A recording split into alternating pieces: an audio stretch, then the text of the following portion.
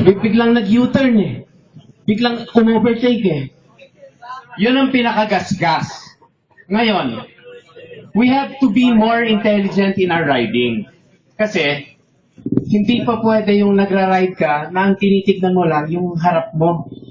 Kasi, lahat ng mangyayari sa labas ng harap na bumper ng kotse na tinitignan mo sa harap mo, bibiglain ka. Lahat bibiglain ka na. So, ang tamang pagra-ride, alam niyo, mawalang galang na sa mga riders dito, no? Pero, sa Kenyo na lang ako. Kasi baka makatulong tayo kahit isa o dalawa na hindi nakakalam. Ang talagang pag-ride is, malayo ang tingin mo, sa pinakamalayo. Kasi nakikita mo na lahat yan. Nakikita mo na yan. Ang rear view mirror nyo, wag niyong ilalagay in such a way na pag titignan nyo, gaganon pa kayo. Mata nyo na lang. Nakaset na yan, mata nyo na lang. Bakit? Kasi, you should not use your rear view mirrors only when you're turning. Alam nyo na yung nasa harap nyo eh. Hindi nyo alam kung anong nasa likod nyo. So, ang rear view mirror nyo, yung side view mirror nyo, iset nyo in such a way na mata lang. Tignan nyo lang ganyan, alam nyo na may dalawang kotse at may umo-overtake na sa grupong motorsiklo. Nakikita nyo, always yan eh. Kasi, malayo nga tingin nyo. Nakita nyo yung lubak. Nakita nyo, inilagan nyo nga. Eh di nyo naman alam, may umo-overtake dito. Biglang umo-overtake eh. Di ba? Di nasagip kayo. Okay lang kung ganun, pero pagka kinikwento na kayo, eh kasi bigla kasi daw umo-overtake. Pagka tinaw-taw na eh, namatay ka na nun. Di ba? So swerte tayo pagka buhay tayo. Ngayon, so always, please lang mga riders, tumingin kayo sa malayo, diskartehan nyo yung kalye. Pag may naglalakad yon, nakikita ko yon. Pag may huminto, nakikita ko yan. Tingin kayo palagi. Kasi yan ang pinaka-depensa ng rider. Ang utak. Pag ang utak nilalasing, wala ka ng depensa. So ang utak ang pinaka-depensa mo dyan. Ngayon, tungkol naman, i-level up natin, may mga nagsabi on how to use protective gear, daw helmet. Eto, sandali na lang please bear with me. Ako naman, isasabihin ko sa inyo kung paano magkumbinsi ng non-club member rider sa safety. Okay, etong paliliwanag niya sa kanila. Yung usap-usapan lang, kasi kawawa naman sila. They don't know any better eh. Nasa siko yung helmet o kaya hindi nila alam na yung tao para palang pagdaga kahit malaki, pag binato mo ng tsinelas, patay eh. Ang tao ganun din eh, marupok tayo. So etong sasabihin nyo. Tumayo kayong ganyan, lean back your head, tapos magpahulog kayo sa semento. Yun pa lang, may kalalagyan na kayo. Pagka ganyan, sasabihin nyo sa kanila, kinukumbinsin nyo sila mag-helmet.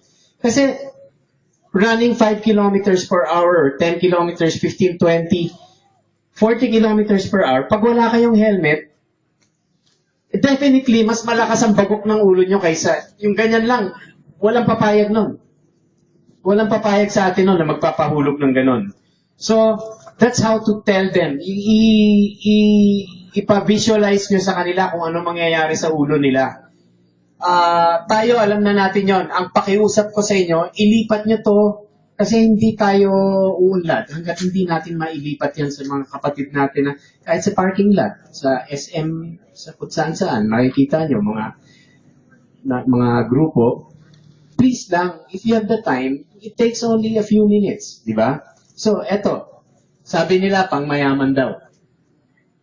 Pang mayaman nga ba to? Eto, ano bang, kasi kung sasabihin sa iyo, bigyan mo ako 500, kundi gagasgasin yung tuhod mo. Di ba? Gagasgasin tuhod ko. Yes, boss, to 500. Di ba? Bigyan mo ako 1,000, gagasgasan ko tuhod mo. 1,000, bibigay ko, sabihin mo, gagasgasan eh. Bigyan mo ako 10,000, gagasgasan ko tuhod mo. Sir, gasgasin niyo na lang.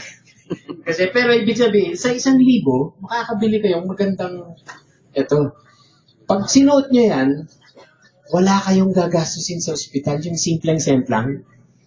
Wala, kundi, ang dami mong nakikita. Remember ha, yung mga riders na sumisemplang, puro paa ang tama. Karamihan pa. At saka nga pala, before I forget, karamihan na kadalasan, pag sumisemplang ang rider's error. Okay? So, kung nabibigla tayo, error natin yon. Huwag din tayong mambibigla ng mga kotse na parang nagdi-video game sila.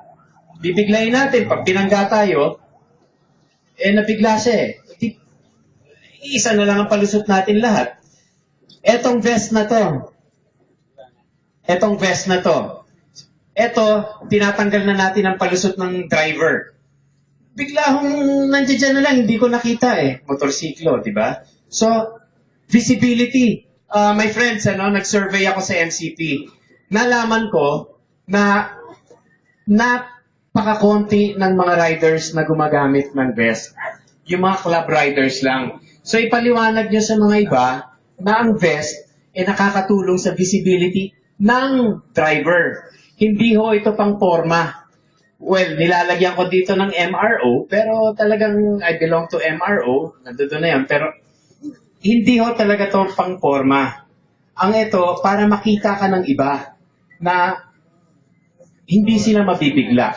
So, ito, mas makakatipid ka dito kaysa sa ospital. Mapag-iipunan. Mapag-iipunan to eh.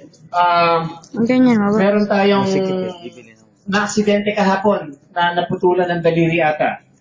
Ang guantes, magkano ang guantes? Magkano guantes? Ha? 300. May protection. Siguro hindi natanggal ang daliri kung may guantes na protection. Kahapon ba yun? Hinliliit niya, natanggal, pinutol. So, bili kayo ng protective gear. Okay yan. It's good. Saka huwag kayong tatamarin. Diyan lang ako sa kanto eh. Hindi, huwag kayong tatamarin kasi karamihan ng aksidente nangyayari 400 meters within your home. So, ang pinakahuling sasabihin ko sa inyo, masama kasi ang loob ko. Kaya ako nandito, actually hindi ko toka to eh. Kaya ako nandito dahil sa Ilocos may nangyari. Nagsalita ako. Up to this point ang sinabi ko. Pero, a few days after, may bumiyahe. Yung bumiyahe, namatay eh. Nandun sa atin eh. Jobert, ano pangalan nung the gentleman who... Saan si Jobert? Kasama natin eh, sa Lawag. Rider. Pero, ano pangalan Jobert? Rodel, Anyway, may he rest in peace. Ang nangyari kasi, kumukurbada siya. Tapos, nag-overshoot siya. Kurbada, I assume, kurbadang pakanan. So, kung pakanan ka, mag-overshoot ka, mag-head-on ka sa kabila. So, I promised myself, kasi hindi ko ito binanggit dati. Baka pag binanggit ko, ang sama-sama ng loob ko baka pag binanggit ko, nasalbak pa yung buhay niya. Eto, sino nakakaintindi ng counter steering? Please raise your hand. Yung mga nakakaintindi ng counter steering. Ito po ang counter steering. Pagka tayo nagbibisikleta, pag liliko tayo, gaganyanin natin ang manibela. Kakaanan tayo, liliko tayo doon, di ba? Pagka ganyan, lilikoy mo, kakaanan ka. Pag sa kaliwa, pag ganyan. Ang counter steering po sa motorsiklo ay baliktad. Baliktad, mas lalo na pag may kabilisan ng takbo. Pag nagbibita tayo, pag hinila mo yung kanan, kakaliwa ka, kukurba ka, medyo may banking ng konti, but that's the most efficient way of turning. Pag hinila mo yung kaliwa, kakanan ka. So in other words, pag liliko ka, na hindi ka marunong mag-counter steering, pakanan ka, sa bisikleta, gaganyanin mo, pero sa motorsiklo, lumalabas ka pala. So lalabas ang motorsiklo mo, magpapang ka sa kabila, ang mangyayari, mag-head-on. Tatandaan nyo kabaliktaran. Pag hihilahin nyo dito, kakaliwa.